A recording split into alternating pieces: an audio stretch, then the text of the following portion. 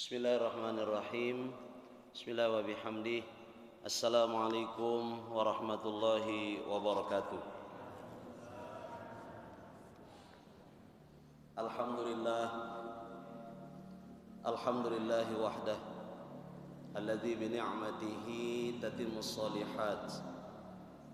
La ilaha illallah qabla kulli syai'. لا إله إلا الله بعد كل شيء لا إله إلا الله يبقى ويبنى كل شيء اللهم أصلح أمة سيدنا محمد صلى الله عليه وسلم وفرج عن أمة سيدنا محمد صلى الله عليه وسلم وارحم أمة سيدنا محمد صلى الله عليه وسلم وانشر واحفظ وأيد نهضة الوطن في العالمين وعمر نهضة الوطن الدينية الإسلامية على مذهب أهل السنة والجماعة إلى يوم الدين بحق سيدنا محمد صلى الله عليه وسلم أما بعد. Mami-mami tiang, bapak-bapak tiang, para sesepuh, para penglingsir agama, penglingsir masyarakat, para asatidz, para guru, para pendidik yang tiang hormati dan muliakan, Bapak, Ibu, jamaah pengajian muslimin muslimat, rahimani wa iyyakumullah wa hafizani wa iyyakumullah. Mengawali silaturahim tiang bersama pelungguh le malam niki, ngiring untuk menguatkan rasa syukur kepada Allah Subhanahu wa ta'ala. Menguatkan rasa syukur ini menjadi penting, bahkan wajib, karena salah satu di antara ajaran-ajaran pokok di dalam Al-Quran adalah ajaran tentang bersyukur kepada Allah Subhanahu wa ta'ala. Banyak sekali ayat-ayat Al-Quran yang menjelaskan kepada tiang pelungguh betapa pentingnya, bahkan betapa wajibnya namanya bersyukur. Dengan berbagai redaksi ayat, di antaranya Allah Subhanahu wa ta'ala berfirman dalam Al-Quran, A'udzubillahi minasyaitonir rajim, fadhkuruni adzkurkum washkuruli wala takfurun. Ini salah satu, Bapak Ibu, di antara sekian banyak ayat yang mewajibkan tiang pelungguh untuk bersyukur. Fadhkuruni adzkurkum, maka ingatlah kalian wahai hambaku kepadaku, kata Allah. Azkurkum, maka aku pun akan mengingat kalian.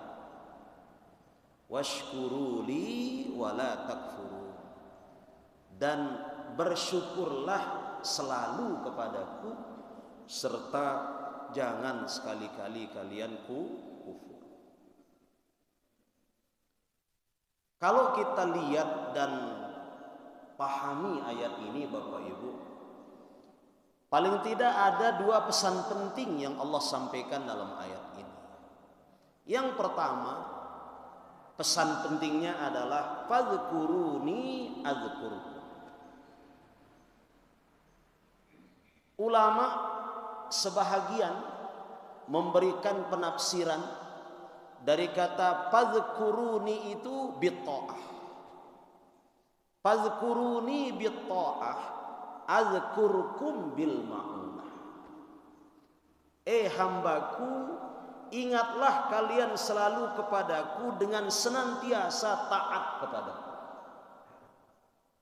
Kalau kalian selalu ingat kepadaku dengan senantiasa mentaati aku, kata Allah, adzkurkum bil ma'unah, maka aku pun akan selalu ingat kepada kalian dengan senantiasa memberikan ma'unah atau pertolongan.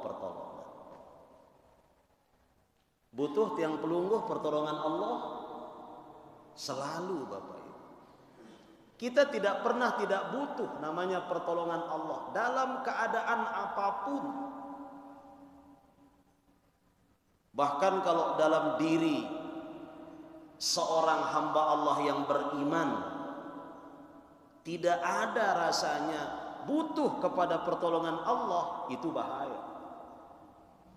Jangan-jangan itu menandakan imannya itu mati.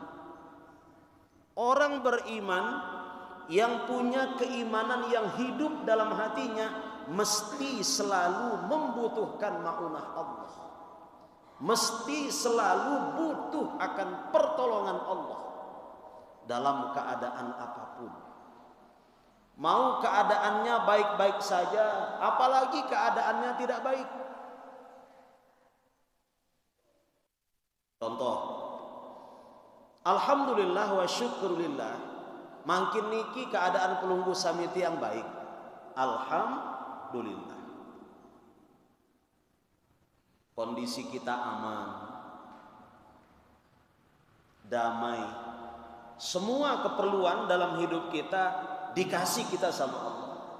Bagus kan jamaah sekalian? Tapi kalau keadaan ini Allah ingin ubah secara drastis, bagi Allah itu tidak sulit. Tenang, pelungguh ngaji marak niki, umpama ngikuti pengajian. Ampun bara-bara umpama naudzubillah min dzalik. Ampun gempa mungkin. Kira-kira berapa? Nunasa. Apakah pelungguh siap diam di sini atau pelungguh akan tinggalkan dia? Naudzubillah. Itu buktinya Bapak Ibu, kalau kita ini selalu butuh dengan ma'unah Allah. Mau kondisi kita baik-baik saja, kita harus tetap merasakan kalau kita selalu butuh Allah. Kita selalu butuh Allah. Kita selalu butuh pertolongan Allah. Maka kalau kita merasa bahwa kita membutuhkan ma'unah dan pertolongan Allah, jalannya Bapak Ibu, tiang pelungguh harus senantiasa melakukan ketaatan kepada Allah. Selama kita melakukan ketaatan kepada Allah dan melakukan ketaatan itu semata-mata karena Allah, kita tidak melakukan ketaatan karena ingin dilihat orang, naudzubillah min dzalik. Kita tidak melakukan ketaatan karena ingin disebut orang begini begitu, naudzubillah min dzalik. Karena rasa-rasa itu namanya riya Bapak Ibu, dan itu tidak baik. Itu tidak baik. Melakukan ketaatan juga niat pelungguh melakukan ketaatan itu semata-mata mencari keridhaan Allah Subhanahu wa taala. Maka ma'unah itu pasti datang. Ma'unah itu pasti datang. Itu pesan penting yang pertama. Kemudian pesan penting yang kedua adalah washkuruli wala takfuru. Bersyukurlah selalu kepadaku wahai hamba-hambaku, kata Allah.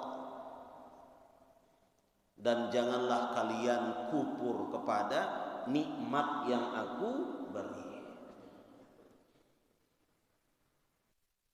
Maka tiang ajak pelungguh melakukan semua kebaikan-kebaikan, semua bentuk ketaatan kepada Allah, baik sifat dari kebaikan itu wajib ataupun sifat dari kebaikan itu sunnah.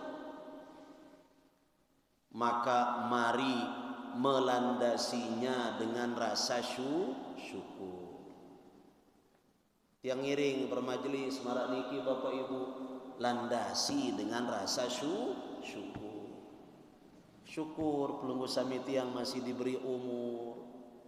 Syukur pelungguh samiti yang masih diberikan kesehatan. Syukur pelungguh samiti yang masih diberi keamanan. Syukur.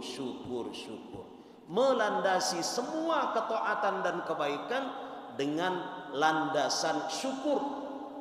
Maka insya Allah semua kebaikan-kebaikan yang kita lakukan itu akan mendatangkan keberkahan yang lain insya Allah. Mudah-mudahan amin ya rabbal alamin.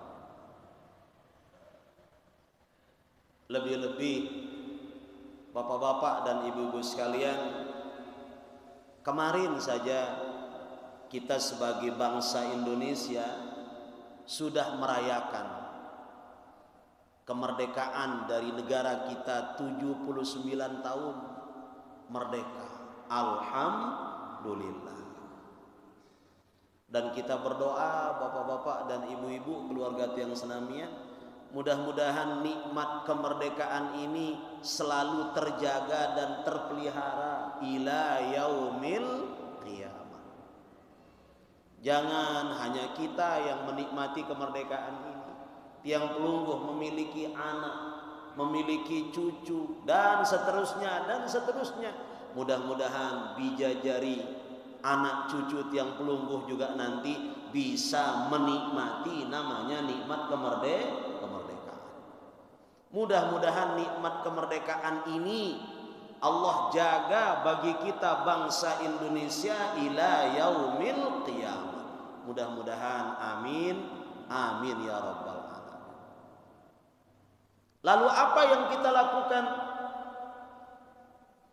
Kesempatan ini kaitannya dengan hal itu Bapak Ibu, yang ingin mengajak Pelungguh untuk merenungkan sebuah firman Allah Subhanahu wa taala, a'udzu billahi minasyaitonir rajim, walau anna ahlal qura amanu wattaqau la fatahna alaihim barakatin minas sama. Allah Subhanahu wa taala memberikan petunjuk, jika penduduk satu daerah, jika penduduk satu negeri, jika penduduk satu bangsa menginginkan agar Allah menurunkan berkah dari langit, itu syaratnya amanu wattaqau. Penduduk yang ada di daerah itu harus tetap menjaga keimanan dan ketakwaannya kepada Allah Subhanahu wa taala. Menjaga keimanan dan ketakwaan kepada Allah ini maknanya apa Bapak Ibu? Makna daripada menjaga keimanan dan ketakwaan ini adalah Tiang Pelungguh sebagai warga negara kesatuan Republik Indonesia, dalam kapasitas apapun, mau jadi pejabat, mau jadi rakyat, kita tidak boleh jauh-jauh dari agama. Itu Bapak Ibu. Siapapun kita di negara ini, apapun sebutan kita di negara ini, jangan pernah jauh-jauh dari agama. Karena kita butuh agama, Bapak Ibu. Kita ini butuh agama. Kenapa kita butuh agama? Karena agama yang memberikan kita pedoman, agama yang memberikan kita petunjuk untuk mengeluarkan dari segala macam bentuk kehinaan. Agama yang memberikan kita pedoman, agama yang memberikan kita petunjuk untuk kita bisa memperoleh kemuliaan sebagai makhluk Allah yang namanya manusia. Pelungguh Sami pernah pikirkan enggak, bagaimana kalau kita tidak beragama Islam? Kira-kira berembe Bapak Ibu. Andai kata kita tidak menjadi orang yang beriman kepada Allah, andai kata kita tidak menjadi orang Islam, mungkin kita tidak punya beda dengan makhluk Allah yang lain. Katakan minal hayawanat.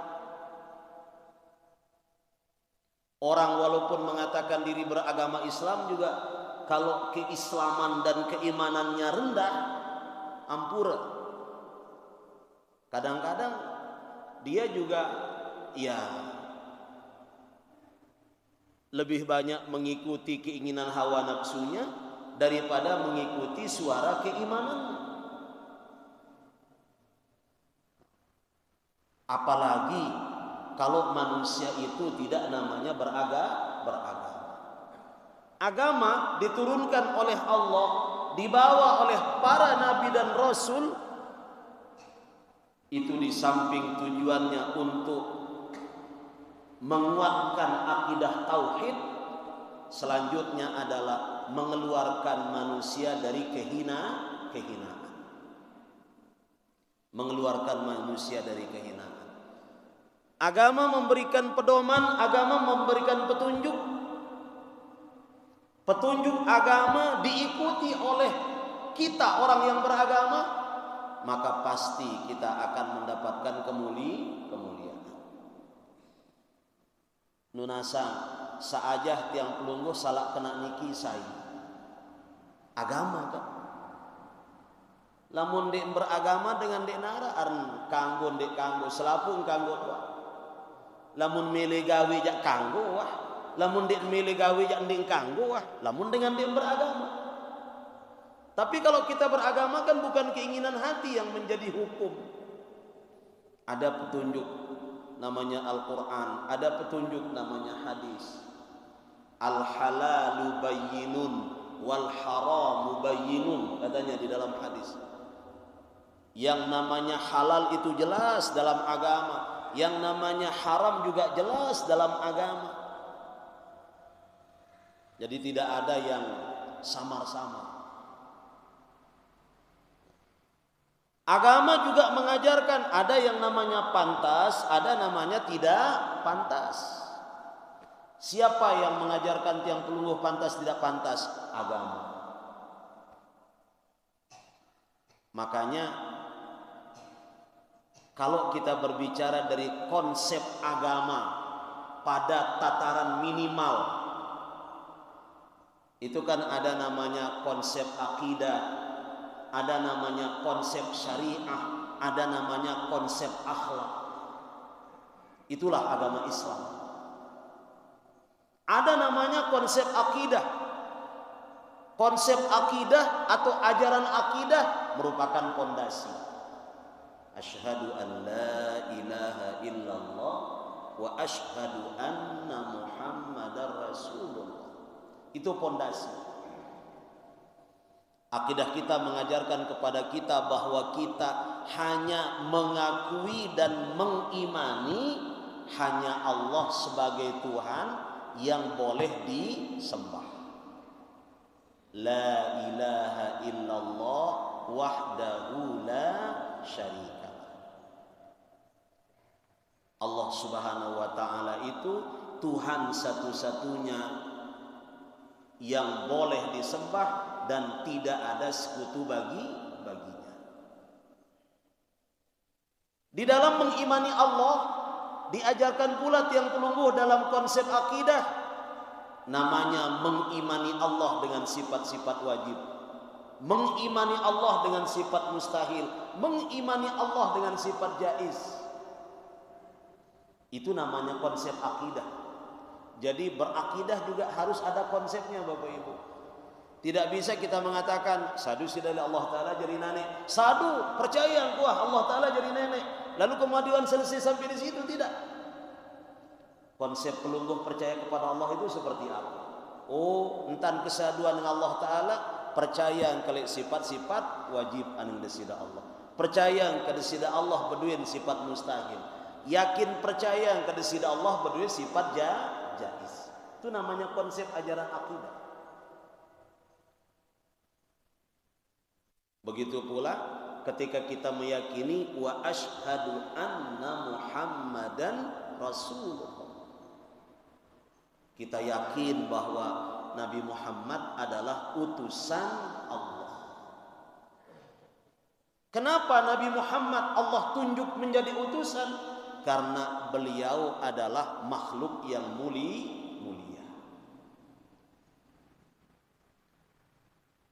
Pertama kali diadakan oleh Allah tetapi belakangan diutus. Asal penciptaannya nur, asal penciptaannya cahaya, kemuliaannya menyebabkan alam ini diciptakan oleh Allah. Kalau bukan karena kemuliaan Nabi Muhammad, alam ini tidak ada.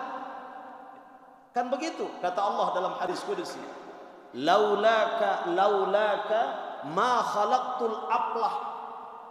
Kata Allah dalam hadis qudsi, lamun den sebab sida Muhammad, lamun den sebab sida ma khalaqtul aflah. Manik di sida Allah dalam hadis qudsi, ndek kepiake alam semesta jagat raya.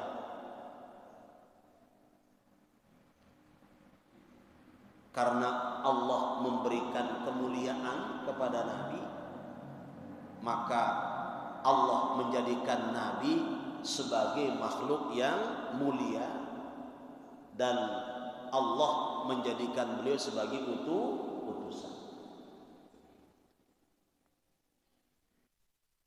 Ulama menjelaskan sebahagian dari tamamal iman, sebahagian dari kesempurnaan iman kita, Bapak Ibu, tidak boleh ada rasa pada diri tiang pelungguh. Jika ada dari kita ini umat Nabi diberikan kelebihan oleh Allah, apakah itu kelebihan ilmu, kelebihan apa, tapi sebagai tanda kesempurnaan iman kita, kata ulama, tidak boleh ada dalam diri kita rasa, jangankan menyerupai, mendekati kesempurnaan, mendekati kemuliaan yang dimiliki oleh baginda Nabi besar Muhammad sallallahu alaihi wasallam saja, itu ndengkang guara. Umpama ada orang yang diberikan kemuliaan oleh Allah, diangkat derajatnya menjadi ahlul ilmi, bahkan Allah berikan kemuliaan namanya derajat kewalian atau derajat kekasih Allah. Mulia, bagus memang, tetapi beliau-beliau itu atau siapapun yang Allah berikan kemuliaan, sekali lagi tidak boleh ada dalam hatinya kalau kelebihan yang diberikan Allah itu mendekati kemuliaan yang diberikan Allah kepada Nabi. Sehebat apapun kemuliaan yang Allah berikan kepada tiang pelungguh sebagai umat Nabi, itu jauh bainas sama wal ard, jaraknya dengan kemuliaan dan keagungan yang Allah berikan kepada baginda Nabi besar Muhammad sallallahu alaihi wasallam. Ini berkaitan dengan akidah, Bapak Ibu. Ini berkaitan dengan keimanan. Ingat, keimanan itu pondasi. Keimanan itu adalah dasar yang kokoh dan perlu dijaga. Jangan sampai ternodai, apalagi sampai rusak. Selanjutnya ada namanya konsep syariah. Di dalam konsep syariah niki ya tiang pelungguh tebada. Ni halal, ni haram, ni makruh, ni mubah. Dan itu sudah jelas. Salat 5 waktu hukumnya wajib. Ketika umur tiang pelungguh sampai dengan Ramadan yang akan datang, mudah-mudahan ya Bapak Ibu, umur tiang pelungguh disampaikan oleh Allah bertemu dengan Ramadan yang akan datang, kita melakukan puasa. Puasa itu wajib. Ada dari pelungguh yang diberikan kelebihan rizki oleh Allah, melebihi rizki yang dimiliki oleh orang kebanyakan. Saking banyaknya rizki pelungguh, sehingga rizki yang pelungguh miliki itu sampai pada nisab yang namanya zakat. Maka bagi pelunggu yang punya harta yang sampai kepada nisab wajib untuk berzakat, pelunggu punya tambahan kewajiban, yaitu mengeluarkan zakat. Di samping pelunggu wajib sholat 5 waktu, di samping pelunggu wajib puasa bulan Ramadan, ada tambahan wajib mengeluarkan zakat. Karena pelunggu diberikan amanah tambahan. Pelunggu diberikan amanah tambahan. Kalau yang tidak punya harta, yang sampai pada nisab wajib dia berzakat, tidak wajib dia zakat. Ini hikmahnya tiang pelunggu yang dikategorikan menengah ke bawah secara ekonomi. Nah, ya tok demen jadi dengan dek sugih, dek tu wajib berzakat. Pelunggu hendak repot-repot, dek repot-repot berzakat, aran dek sugih.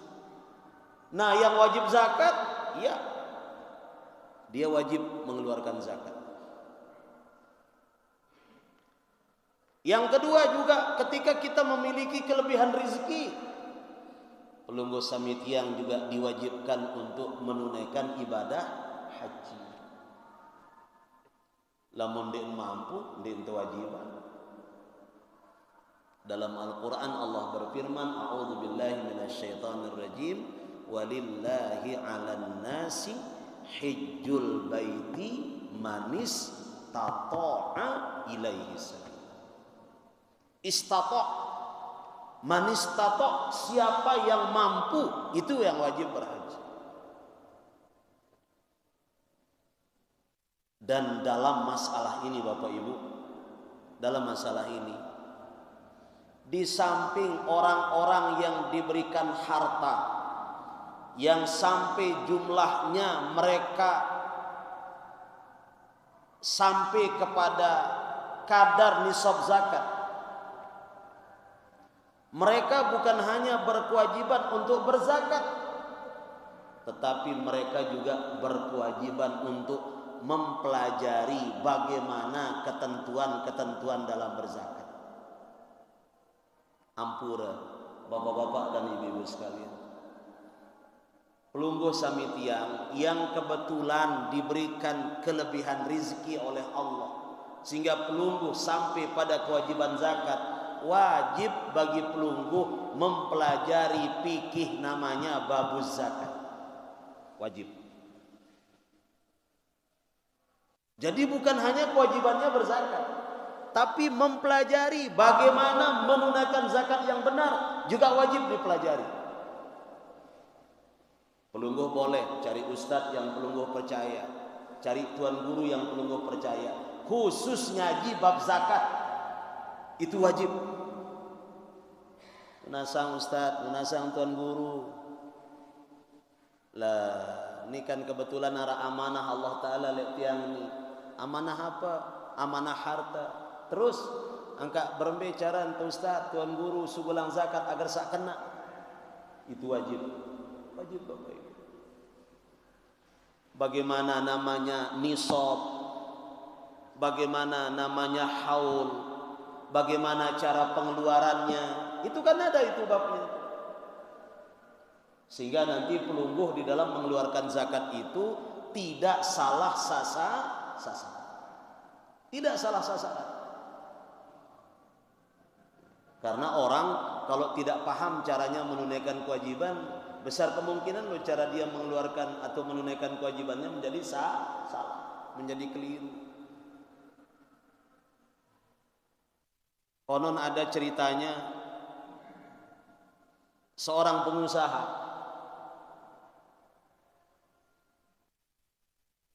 dia mengeluarkan zakat setiap bulan Maulid. Bagus, kapan-kapan mengeluarkan zakat. Yang penting kalau sudah cukup nisab, cukup haulnya, ya keluarkan zakatnya. Cuman ada yang kurang tepat.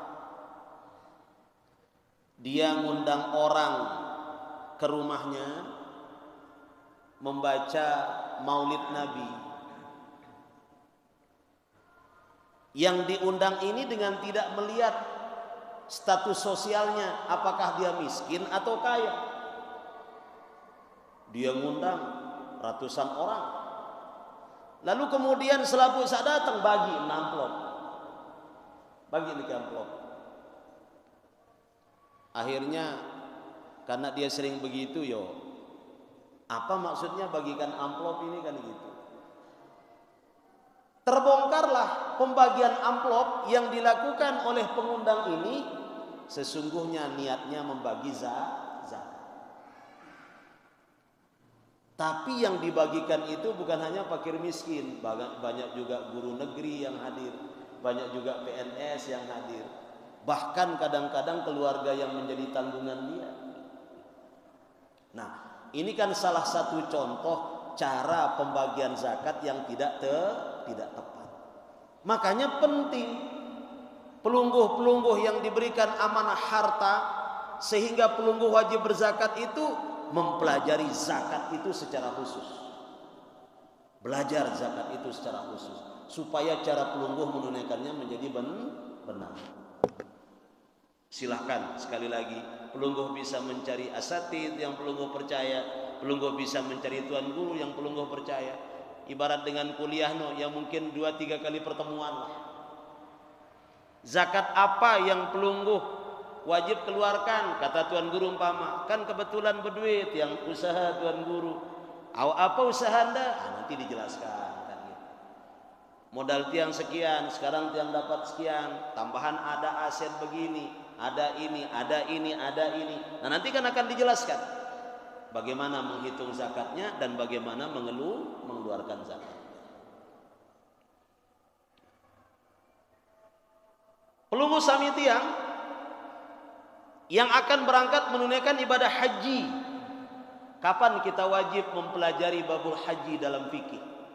Saat kita mau berangkat. Pelungguh daftar haji. Sekarang ini kan lumayan lama nunggu Bapak Ibu nggih.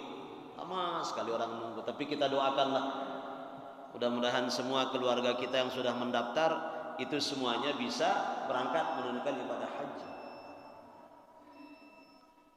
Begitu sampai tinggal 2 tahun keberangkatan, ada jamaah kita umpama akan berangkat tahun 2026.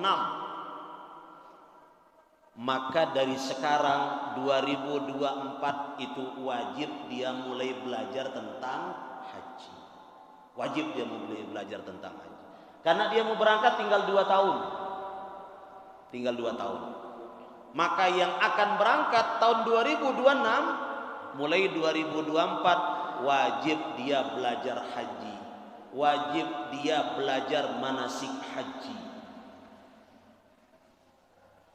Supaya ketika nanti sampai 2026 dia berangkat dia haji, dia tahu dari mana dia mulai miqat.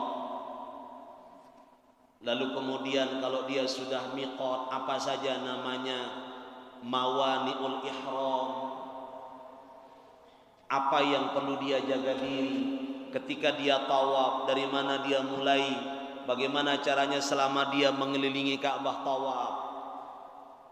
Itu kan kalau tidak dijelaskan kan dia tidak tahu. Yang bahayanya ndek nuah beketuan berembentan gawe haji ampun lalu apa jari ilmu, enggak ilmu bengak. Ilmu sak jauh lalu haji ilmu bengak.